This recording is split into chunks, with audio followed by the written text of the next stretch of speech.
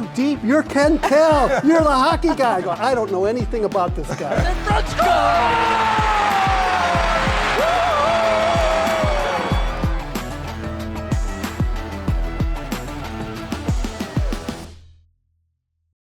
Hello, everybody, and welcome to the first episode of The Conversation Line, a new Red Wings podcast this season. I'm Daniella Bruce, and you know these two. Everybody knows these two. Ken Daniels, Ken Kal, your voices of Red Wings hockey. And throughout the season this year, you guys, I'm excited about this because we're going to get to tell some really cool stories on this podcast. We're going to try to take some different angles, get to know our players a little bit better, and not just players, anybody in the hockey world. It's going to be a lot of fun, and working with you two is going to be the best part. Well, first and foremost, I want to say you got us correct, right? Everybody messes us up, right? Yeah, they call you Ken Kal, they call me Ken Daniels. Oh yeah, I got called, and I even got, when Ken Holland was here, I got called Ken Holland, and I told Ken Holland the story, and they said, we're talking, I said, they missed me by about $2 million. And Ken said, try about $4 million. I said, okay, that tells you all you need to know, right? What are the odds, though, that both of our play-by-play voices, you guys have been here for a long time, staples in the city, staples with the team are both named Ken. How many times have you been confused for each other? All the time. All the time. Yeah. Well, I won't get into a long story. Maybe during one of the other We've ones got we will. plenty of time But to you'll talk get it about all the time. Weren't you talking at a banquet one time and they introduced you as Ken Daniels? They did. They actually got me a limo, drove me all the way out to Jackson, Michigan, and they go, and now our master of ceremonies, Ken Daniels. And I'm like, well, that's not me. Yeah. They messed it up. They got the wrong guy. Do you I didn't guys come correct back from them? that. Do you do it? Like, if somebody, do you correct Yeah, them? I think you have to, don't Right? you? Yeah. We do. We said, I'll go, no, that's a radio guy, and whatever. He said, that's a TV guy. I make sure to tell people when they say I listen to you all the time on the radio, and I'll say, well, I'm doing the TV, you're thinking of Ken Kal. So you try to be as nice as you can, so that's okay. Yeah. That's all right. This podcast is going to clarify that for everybody. I'm not going to say it's never going to happen again, but we're going to try to make that happen significantly less. The best story I have about people recognizing you, and we were at DT years ago for a Steely Dan concert, and the guy came up to me and he said, did anyone, this is how he phrased it, did anyone ever tell you you look just like Ken Daniels? And I said, no one's ever said that to me. He said, really? And I said, no one's ever said that to me. Then I see a buddy of mine from about 20 yards away, and he said, hey, Ken. And I wave, and this guy says to his wife, see, that guy thinks he looks like Ken Daniels too. I went, oh my God, seriously.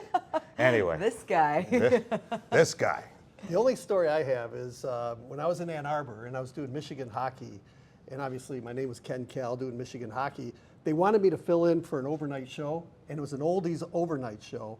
And the program director told me, he says, you've got to use a different name. And I said, why? He said, we want you to be known as Ken Kal, the Michigan hockey guy. So I'm only filling in one time, right?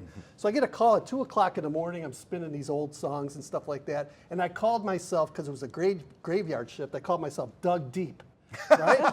So at 2 o'clock in the morning, Deep. the phone rings. I answer the phone, WAAM, oldies show, and the guy goes, you're not Dug Deep, you're Ken Kal, you're the hockey guy. I go, I don't know anything about this guy. I says, my name's Dug Deep. Dug Deep. Only you would come up with Doug. That's good though. And the graveyard shift. Dug yeah. Deep. Good You one. had a full-on alias. I love that. I've always thought about that. Maybe I should have had a stage name. I don't, though. No. Daniella Bruce is a nice name. It's good, and there's something. I'm not going to officially change my last name when I get married. I'm going to legally change it, but for work, I'll still be Daniella Bruce. You are a first name all-star team. That's right. Yeah. Yeah. It's perfect. Yeah, I wouldn't change that. Yeah, No. I like it. A lot of great Bruces in the Red Wing organization. Bruce Norris, and, Right. and you got Bruce Martin, right? The Hall Used to be of Fame. Brucey right. Harrelson. Yeah, Was our so scout. Maybe there's a theme there. For a There's long a theme time. there, yeah. There is a theme there. So there's Kens and Bruces. That's it. That's it. the most popular names in Red Wings history, Ken Mm-hmm. and Bruce. All right, guys, you've both been doing this for a long time, as you talked about before we started recording. And I don't mean that by calling you old. That is not what I mean there. Just to clarify. Experience. Sure. Yeah, you're very experienced. Seasoned vets is what you are. Tell us a little bit about how each of you got here, because I find broadcast stories fascinating. I think everybody kind of finds their own unique way to becoming a broadcaster, to making it to the big leagues or the NHL. So how'd you guys get there? You go. I was by accident really doing hockey play-by-play. I was a DJ, as I mentioned, over at Dug deep. One show. But I was Ken Kal, middle of the road, spinning the tunes and stuff in Ann Arbor. And in 1984, Red Berenson became the head coach at Michigan, and they needed a guy to call hockey games. And I was the only one at the station that knew anything about hockey. I never did play-by-play in my life. But because I knew hockey, they said, okay, Ken, you're going to do the games. And I said, okay, I'll give it a try. After 5 games, I went to the program director and I said, Skip, his name was Skip Deagle. I go, Skip, I can't do this anymore. I can't keep up with the guys. I don't know their names. I'm really having a hard time. He says, Ken, you suck. Just like that. He goes, but the team's bad too. He says, just keep working at it, and before you know it, we'll have a good product, And I'm thinking, does he really mean this? Does he really see something in me that maybe nobody else sees? Is he that, cognitive about that? Or he just doesn't have anybody else to do it, right? Yeah. So anyway, that's how I got my start. And 40 years later, here I am today talking with you guys. Yeah, and versatility is key, like what you've done or spinning or doing what you're doing. And if you can do something, they said, hockey, you're the guy who can do hockey and you think you can. So I always say luck is when preparation meets opportunity. So there's no such thing as luck, because even if you're right place, right time, and someone offers you a job, are you lucky to be there? Yeah, but if you weren't prepared for that opportunity all your life, whatever it may be, you're not getting that gig. So I think honestly, I've been preparing since the age of 10 or 8. Living in Toronto, calling off the black and white television as the Leafs won their last Stanley Cup in 1967. So I'm 8 years old watching that game, and often during that season, my parents or my older siblings would send me to bed because I was doing play-by-play. Maybe I was screwing up. Keon and Kelly weren't getting their names right. I'm not so sure. But I wanted to do it from the age of 8 or 10. I don't know why. It just fascinated me. The game of hockey fascinated me, and I started playing hockey at the age of 8. Loved it. Lived the week to play on those Saturdays when you could play hockey. I just wanted to be around the rink, dreamt of being in Maple Leaf Gardens, and just pursuing it and calling everybody writing letters. I wrote a letter to Brian Williams, the CBC Canada Brian Williams, when I was 17 years old. I just wanted to come down and watch him do the television sports because I watched him. And he said, come on down. He called me at home. My mom said, Brian Williams is on the phone. Holy cow. The days when you actually had to scamper to another room to pick up the phone. And I did, and went down and watched him. I'd call him every month, just kept in touch. And 7 years later, I replaced him at CBC Television when he went to the network. What were you doing in the meantime? What was your... School. Yeah? Yeah, cheating on exams, things okay. like all kids do, stuff like that. So yeah, I was playing hockey and refereeing. I refereed all through high school and university, and I was working every night of the week, refereeing hockey games and on weekends just to pay my way through college. Yeah. What about you, Daniella? How'd you get your start? Well, I don't want to use the term lucky, because you're right. It's not. It's a little bit of timing, a little bit, but being in the right place at the right time. I graduated in 2016, and Little Caesars Arena opened in 2017, and a lot of new jobs opened with the Red Wings at that time. So I really somebody sent me the posting, and I put in my application, and I actually did not get the job that I applied for. It was the in-arena host reporter role. Okay. And I was told, we still really like you, but we're not exactly sure what you're going to do. We want to keep you on, though. So of course, at the time, I didn't have anything going on. I was working 3 different odd jobs, doing some high school sports. I'm like, yeah, you know what? We'll do it. So I started as game night staff, and it was Game Day Live, the pregame and intermission show that ended up becoming something I really loved doing. And from there, my role kind of grew, just kept expanding and expanding. And now I'm doing Tigers baseball too, which is something, let me tell you, I never thought I would cover baseball. And I remember when I was approached about covering baseball, I was intimidated by baseball. It's a lot. It's a lot. And I'm learning every single day something new. They have a great team of people over there, great players, great manager. AJ Hinch is awesome, very similar to over here. And I see a lot of similarities between the two teams and their trajectories. So it's been really fun. And now I would consider myself a much bigger baseball girl than I was before, the past couple of years. So that's been fun. You're not the only one to be intimidated at baseball. I was too, and I was working at CBC Television, late 80s. The Blue Jays came into being in 77, and we'd be right across the street from Skydome, as it was called at the time, and I'd have to go back and do the 6 o'clock sports on television. We'd go over there at 4 o'clock for batting practice, and I wasn't the only one, because players were sometimes tough to deal with back then.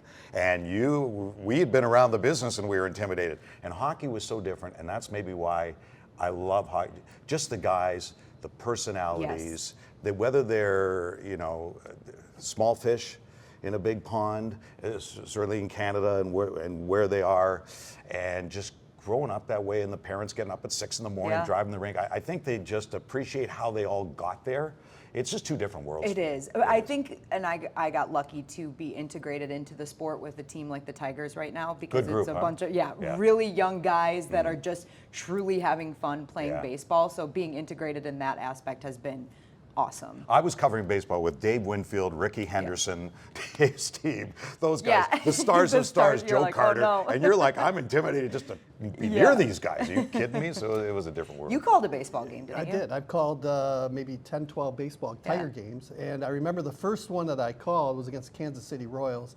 And I was really nervous because I never called a baseball game in my life. And I remember that game because Andy Dirks, who works for the Tigers now on the radio and television broadcast, he went 4 for 4 in that game. It was the best bring day, that up to him. best day of his life. I think he's tired of hearing me every time I say, "Hey Andy, how you doing?" It's I remember you went 4 for 4. I That got was to my call the first game. Yeah. But you just appreciate guys like Benetti and Dickerson, because when you try to do it, you understand how difficult it is. And I'm sure if they were in our position, they would say the same thing. But baseball, to me, I'd rather call an action as opposed to trying to fill. And in baseball, there's a lot of time that you got to fill. Pitch clock has changed that a little bit, Oh, but yeah. Dan always says to me, he goes, I don't know how they do it. I don't know how they do play-by-play. Al for Michaels hockey." said the same thing. The Yeah. hardest sport he called was hockey.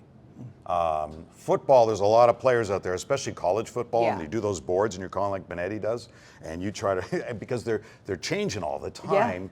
They're not necessarily the set lineups. All things change so much. I think But they have football. spotters too. They have We don't. spotters. We do everything ourselves. Yeah. Like people always ask me, they go, "Ken, how many people are involved in your radio broadcast?" I go, 2, me and Paul. Right. You don't have a spotter? You don't have anybody, telling? I go, "No." I go, "We do it all. We do Yeah. all of our prep. We do everything." Isn't it great on radio though? You can lie. Yeah, oh yeah. That's If what I you- tell people. And we make up names. You make a mistake, no one even knows They that go, you made exactly. the mistake. It's gone now. Yeah. We do it, and we're not perfect. You hear Just about kidding. it. so- We don't No, make of it course up. not. We joke around, yeah. That they do, joke around about it. I've but- told my neighbors, I said, "I've used your name in there. Any other team? Yeah, I just throw it in." Yeah, you've never heard it? That's right. What is your prep like now? Both of you have been doing this for a long time, and I know a lot of prep work goes into calling games, and I see both of your sheets. You both have so much information, but you also know so much from being in the industry as long as you have. So how has your prep changed over the years? How do you do it still now? I used to do scan cards, little cards for every team in the National Hockey League. Yeah. Then I realized they don't stay together anymore, and the kids up and down. The game has changed. It's so much younger. They're not the veterans anymore. So I don't do that. I do one team in a book, the visiting team, and the Red Wings I have some notes and lines on. But I know their stories, and they're all on cards from before the season starts. So that's my prep work in the off season. I update everything from the season before, and it's not just the stats, it's the stories, where they came from, or junior hockey, and how they got through to where they are now. So we'll bring that out into a game, and my prep work is watching games the night before. I mean, tonight I'll be up till 2 in the morning watching games when they're about the time you get to sleep. So that's my prep work, is watching other, and if I see something on another game, I'll take a note. I have a Vancouver Canucks file, Winnipeg Jets file. If I see something, Mike Babcock said that years ago, where he used to use the phrase, remember, he used to say, we're in the R&D business. It's not research and development, it's rob and do. So if you hear a story from somebody else, you can go flush it out and add something, or you may think, well, but why did, and then you can go flush out that story. So that's the prep work and day of game, and working on the visiting team more than the Red Wings. What amazes me is every broadcaster preps differently for the hockey game. And, to aspiring broadcasters, I always tell them, they'll ask me, what's the best way to prepare? And I said, the best way to prepare is to find a system that works for you. And the system that I use wouldn't generally work for you or work for anybody that's up and coming, or maybe even a seasoned vet. Everyone has their own system. And my prep work hasn't changed since day one. I was lucky. I went to a Catholic high school, and I had a teacher there that taught me how to outline really well. And he says, if you're going to go to college, this is the way you should outline and take notes and everything. And I kind of follow that. as how I prepare with, the game sheets and everything else. So everyone's different, and as long as you can get through it and know what you're doing and know what you write down, everything's good. I think that's some of the biggest advice I give is that you take for me still, I'll take advice. I've seen the way you guys do things. I've seen the way they do things in the baseball world. I've seen the way other reporters prep. You kind of take from everybody, and I feel like you end up making your own way, but what's the word I'm looking for? Compiled of notes you took from other people along the way. And then you come up with your own system. Yeah, Ralph Strangis, who used to do Minnesota North Stars and Dallas Stars hockey, he got me the book, and I said, that's really cool, because I was doing things differently, and he said, that's neat, and I can condense that into just the one page for the visiting team, because I've already got the Red Wing stuff, and that's basically the system I've used for probably now, I don't know, the last 15, 20 years. You know what's amazing is they always tell you to be over-prepared, and out of all the notes, and I'm sure you do it too, Ken and Daniella, out of all the notes that you prepare, you might use 25%. You probably won't use anything.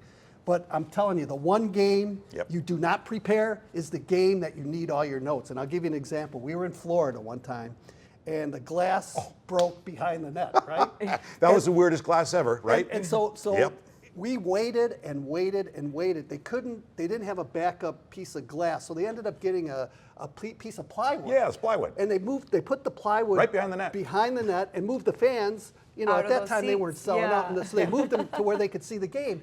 And wouldn't you know it, like out of all the games that I needed my notes, the night before something was going on. It's probably out too late. I don't know. Could have been. But we're in Florida. I didn't prepare as much as I usually do, and wouldn't you know it, that's the game I needed the notes. Yeah. But it all worked out. We must have been at the elbow room that night. You have Paul Woods with you, though, and you have Mickey, two great color analysts. They can fill time like it's nobody's business. Oh, yeah. They've got all. Hope so. When it comes though, and in TV too, you're with the production team, so you're waiting shots of people that actually talk. I remember that night in Florida. We had some fun with that though, because it was you can Google it. It's on YouTube, I'm sure. Just a piece of plywood behind the net. The other story, Bud Lynch used to tell a story about, they were in Chicago in the old original 6 days, and same thing happened. The glass broke, and they didn't have a replacement for the glass, so they found this wire. I don't know, the attendants came out and they started putting up the wire, and they were like pounding it into the frame, and someone asked Bud, they said, where did they get that wire from? And they said it was the guard dog out in the parking lot. They took it off his dog shed and put it up there. It says, I don't want to walk in that parking lot. Yeah, don't go out that way. That's become the phrase now too, when you have a lot of stories, at least on the TV side, and we'll say in case a glass breaks. And that's what it is. If you need time to fill in case a glass breaks or the Zamboni breaks, and we've had Zamboni stories with the last guy coming out of Zamboni nearly suffocated. What is that, Hartford? That was in Carolina. Right, after Hartford. It was in Carolina, right? So stories like that. So. Well, this is what the podcast is going to be for, because you guys, there's always so many great stories, and I know you both spend a lot of time talking to players, talking to coaches. And the reality is, during a broadcast, there isn't a ton of time to tell those types of stories. So that's what this is going to be all about. Oh, so there's another podcast. We just thought we were giving it all today. There's another one.